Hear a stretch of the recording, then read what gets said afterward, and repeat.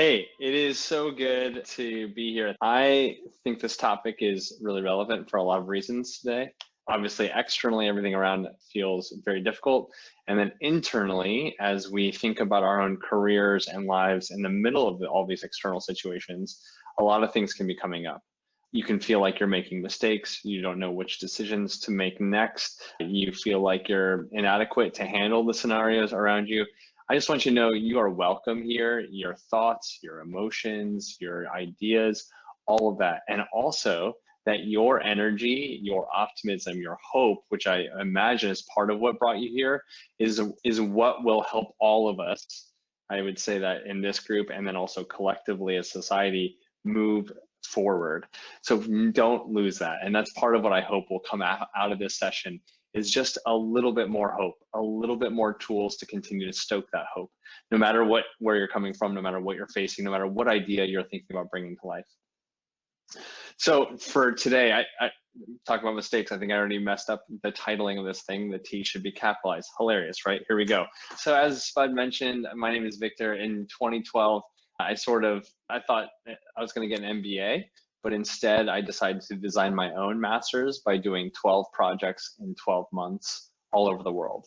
I was 25 years old, 26 years old, and I just didn't have the resources. I didn't think it was the wise thing to go into all that financial debt in higher education.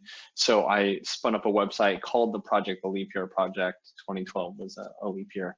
And I asked friends and family and a wider community to subscribe at $10 a month to my self-designed masters and to the writings and stories I'd share. And then I asked for help on finding companies and organizations that would give me 4 weeks to solve one problem. That year changed my life. I ended up traveling all over the world. I ended it with a TED Talk here in Chicago with a cap and gown at Northwestern, the school I wanted to go to. And then at the end of that year, I designed or started an organization to continue playing with this idea of experiential learning, and I called it Experience Institute. A lot of the people who helped me throughout that year were supporters of that project. They helped me think about what should be the first thing we launch, what should the curriculum look like, and where else is this challenge of transformative learning really surfacing. Now, for those of you who were around during that time and like thinking about higher education, you might know that there was this massive online open course movement, MOOCs, and at the same time, I was traveling around the world. And I thought there was just so much more room for experiential learning and not enough people talking about it. So that's why I wanted to start EI. And the first thing we started was a similar program, an alternative to grad school that was 3 apprenticeships in a year, fall, spring, and summer. And then there were classes on design thinking and storytelling and business operations all throughout the year. It was sort of like Harvard meets The Amazing Race. One of my dearest friends now, and someone I really actually look up to, is on this call. He went through, I think it was the second class of that program, Will Ferguson. So if you get a chance, join him and ask him about his experience.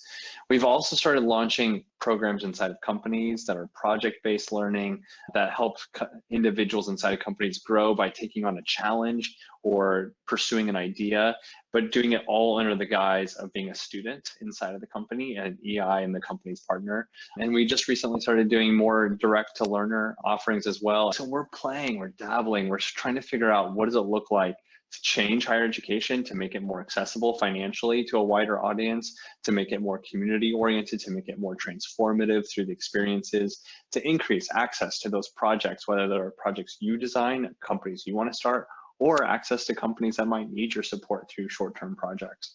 I also get to run classes at universities and programs for universities, so Stanford, Berkeley, Penn, all really fun things. Now for today, we're going to just take the rest of this time. We'll do a little warm-up that I have for you. Then we're going to talk about how you can know yourself, know your goal, and then we'll do a group exercise together.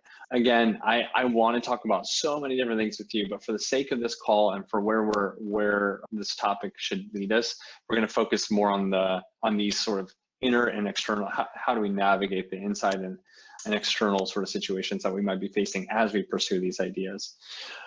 So I'm going to ask you to do something, and I can't, normally I have everyone on video for this, but I'm going to actually ask you to stand up wherever you are, trust me. And you're not going to need to see your screen, actually. I'm actually going to ask you to turn your back to the screen, which isn't normal, I know, on an all group video call and when I have a slide up. But can you turn your back to the screen for me and just keep your audio on? And I want you to stand. We're going to do a short meditation exercise just to help you center into this moment together. And I am not a certified yogi or meditation expert, but I do think there's a moment that I can guide us through to just help us pause and breathe. So if you'll stand up, turn your back to your screen and put your hands next to your side and just take in whatever surrounding is around you at the moment. I want you to take a deep breath in, sigh out. I want you to close your eyes and then ground down through all four corners of your feet. Then take another deep breath in, big one. Shrug your shoulders upwards towards your ears, and then on the exhale, let the shoulder blades cascade down your back. And open your palms so they face forward. Now start to shift your weight back towards your heels. Keep shifting, so much so that you feel like you might need to take a step backwards. Okay, this feeling, almost these pressure points on your heels, this is fear. This is anxiety. This is back against the wall. Hard to take a step forward when you're in this mode. This is, get me out of here. I'm overwhelmed. I'm scared. Now, I want you to shift your weight toward your toes now. Now, keep shifting forward. So much so that your heels lift off the ground. I mean, you're almost like about to take a step forward because you're leaning so far. You want at it. This is readiness. This is eager. This is fight. This is almost a little too eager, a little too earnest, maybe even frantic at times. Now, finally, I want you to start rocking your weight back and forth, imagining you're almost a pendulum. You shift from the heels to the toes, and at each pass, just you get a little closer to center. And once you find your center, ground down through all four corners of your feet again. Take a deep breath in and a long breath out. This is rootedness, grounded, ready, resilient, able to take whatever is coming your way. Okay. You can turn back towards the screen. If you will, just write how you're feeling in this moment.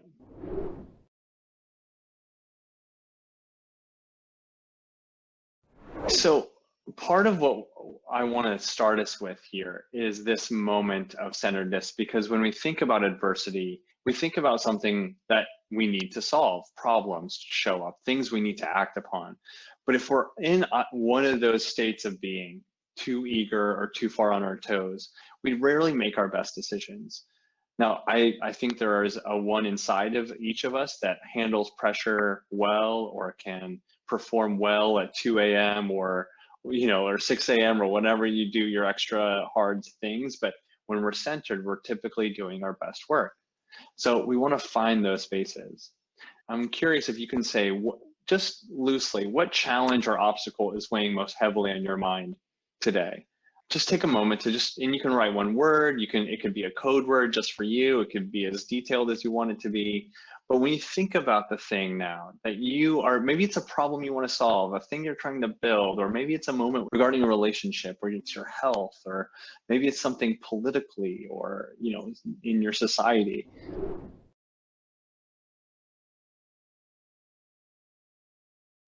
Okay, so when something weighs on us, there are a few things happening. So adrenaline and cortisol start to DJ the brain. And they literally start to take control, fogging, and also speaking, yelling. There's beats, sometimes literally our minds start beating, because of this release of these chemicals. They short circuit the parts of the brain that moderate our mood, our motivation, and fear.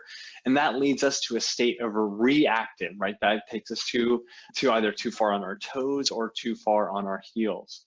And one study finds that people with high potential and ability are highly likely to go in search of new roles and opportunities when they perceive stress and uncertainty from their leaders.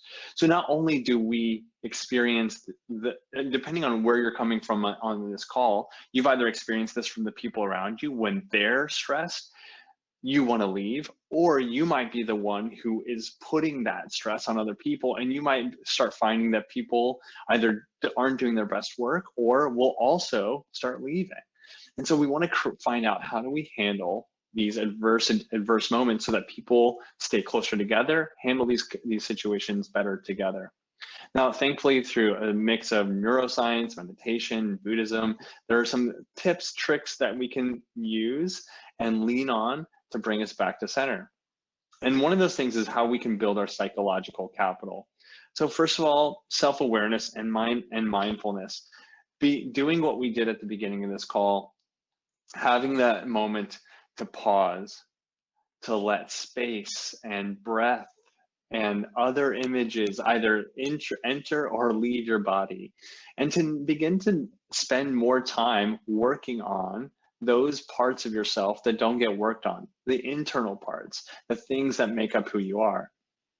Secondly, perseverance. So as you find your limits, the things that stretch you and push you through, you're going to find that you fall down, that you get tired, that you mess up, that you feel like you've messed up. Perseverance is that action of getting back up. And I think there's a moment when we're on the ground where we need to accept the fact that things didn't go the way we anticipated. I fell. I hurt myself, and I'm sad about that, or I'm angry about that. But first, perseverance is getting back up. It's not something you just have. It's that ability to get back up. It's something that you have to visualize. You have to understand in your mind that this could happen, and when it does, I'm going to do this. I used to play goalie. When the ball gets back in the net, if I get scored on, I'm going to go pick up the ball. I'm going to throw it back to the referee in the middle of the field, and I'm going to go to the top of the box. That's what I'm going to do. That ball was mine to get. When I fall down in my business, when I feel like I lost a client, or when I feel like the program didn't meet our expectations or a student's expectations, I know that there needs to be a team meeting, that there needs to be a postmortem, there needs to be a focus on student care. There are things I can visualize doing when there are those moments. Now, resilience isn't just visualizing how to get back up, but it's also visualizing what could we do next. So where are we going to go? It is not just visualizing, again, the tunnel and how to get through the tunnel. It's going to be what's on the other side of that tunnel. It's the why of the work you're doing, to picture that, to draw that out, to put that on your wall, to talk about that in your meetings. And the Teddy Roosevelt quote is one of my favorites. You may have heard it before. Far better is to dare mighty things, to win glorious triumphs, even though checkered by failure, than to rank with those poor spirits who neither enjoy nor suffer much, because they live in a great twilight that knows not victory nor defeat. Those spirits, those people who dare, who see and go for it and know what they're going for, are the ones who are resilient. They can continue to paint that picture and pursue it even in the moments of challenge. Finally is curiosity and a growth mindset. Curiosity is such a boyish word or childish word to me, in a good way, right? It's this sense of like, but why or how? And I think we lose that with our own selves sometimes. We get sort of caught up in success stories and production, or the other extreme, failure stories, and how, like that, and sort of celebrating that. But there are these moments when all we need to do is say, that's interesting. I wonder why that happened. I wonder how that happened. I wonder what I can learn from this situation. Really hard to do when things go wrong, but the better we act, curious, and the more we engage those questions, the more we feel a sense of levity, that the thing that's happening in this moment that feels hard, that is creating adversity, isn't the end. There is something else. I just need to learn a little bit more. Carol Dweck, who's one of my favorite sort of social scientists, neuroscientists, and at Stanford, has this term called growth mindset. Some of you may have heard of it, but it's this idea of going from fixed, I cannot do that, to I can't do that yet. And that yet, right, is that sense of like, but wait, I just need to learn a little bit more. And so whether it's effort, challenges, mistakes, or feedback, all of us can have this fixed mindset of growing, fixed mindset way of looking at it, or we can have these growth mindset ways of seeing what potential there is here in this moment.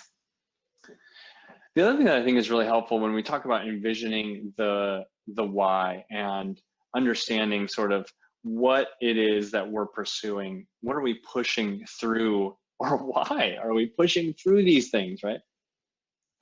So knowing your goal. Like I mentioned, I did the Sleep Year project, and for me, this was one of the hardest things I had ever done. I was leaving a fairly steady job in youth ministry. I was a youth pastor in the western suburbs of Chicago, working with middle school and high school students, and I was trying to find my way into social enterprise work. So working more in the marketplace and specifically working around businesses that were doing well and doing good. I didn't know that many people, I mean, outside of my community in the western suburbs. And I definitely didn't know a lot about social enterprise. So that year became really lonely.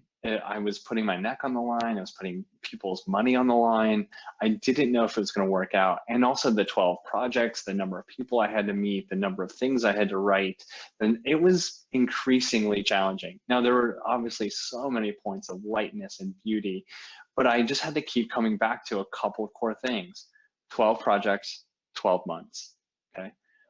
Bucking higher ed, the norms around higher ed. There has to be a better way besides debt and just sitting in a classroom. There has to be. And then finally, that there is this way of finding our purpose that doesn't always need a credential outside of us, or doesn't always need, if anything, like it doesn't always need the mass expense of a traditional form of education. So simply 12 projects, 12 months, I could do this. And why? There has to be a better way of doing higher ed. So a couple things: set a tangible, observable goal. I want to design my education through 12 projects in 12 months. What is your tangible goal? Make it, the more concrete it is. And if, for those of you who've done SMART goals, this is a great time to lean on your SMART goal. So once you have that goal, then you have to think about what is it that you have, right? Take inventory of your assets and capabilities. We oftentimes think like, I don't have the money, I don't have the resources, whatever it might be. And same thing for me. Like, I had a Bible school degree, not really awesome for like talking to businesses about what I could do for them. And then I also felt like I didn't have a lot of money to pull this off. But I had a community and I had decent communication skills. I can do something, right? And I had a slew of other things. And other ingredients of a focused, actionable vision. So recognize and name what get in the way. Call it out. I knew I might not have all the skills needed for projects. And so I had to figure out like, what was I going to do in those moments? And we talked about this earlier as well. And then when things go off course, what am I going to do? I'm going to ask for help from my advisory board. I'm going to focus on getting through December. Like, I'm going to lean on the things that I know I have. So these 4 things can help you set that actionable vision, the thing that you can draw out, paint out, put on your wall and say, this is where I'm going. This is how I'm going to get there. This is what I'm going to do when things get in the way. And then you're going to go after it for that specific amount of time, whether that's 3 months, 6 months, a whole year. So for those of you, if you want, we're not going to go through this exercise, but I wanted to give you a chance to just screenshot it. You could start right here in the middle. You could do this with yourself. You could do this with a team, but it just helps you go through those few prompts later on. Now, for the sake of our small group, what I do want to do is just go with that first exercise. I want to guide you through or invite you to do these questions. What are you leaning into and what's bringing you joy? And you can talk about anything from time with your kids to picking up a new hobby to media that you're listening to, watching, whatever it might be. These are things that are filling up your heart, your soul, your mind, your life in positive ways. Then I want you to answer the next two questions as a group. What are things you're currently ruminating on? And where do you find yourself procrastinating, or what are you avoiding? And afterwards, what I would advise, suggest, encourage you to do is to think about, how do I pepper the fuel points in my life more throughout my day so I can power through the pressure points? Just a simple exercise here. So if you want to write these questions down, you want to screenshot this is what you'll be talking about. And what I would maybe suggest for you to do is take 30 seconds to just think quietly and then talk about those first two boxes. Then when you feel like that's coming to a good close, take another 30 seconds to a minute, just jot a couple notes about the second two boxes, and then go from there.